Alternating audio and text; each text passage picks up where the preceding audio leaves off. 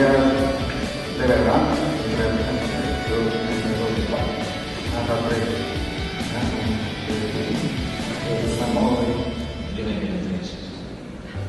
Vale, yo he hecho uno más, vamos, 3, porque...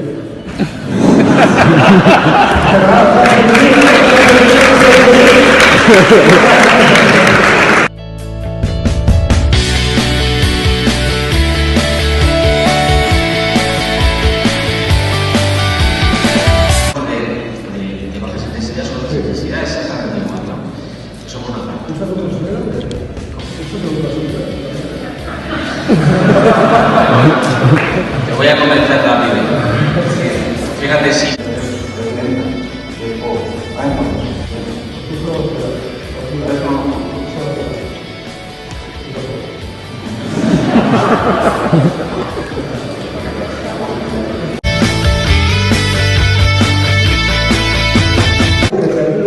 A lo mejor dedicaría un día a la semana para protocolizar un poco todo y aplicarlo todo. Yo me lo hago todo, por ejemplo, como paciente X, 1 miliamperio, dando cada 30 segundos, no un protocolo de 3-3-3, o 2-1-2, estoy ya haciendo 3-2-4,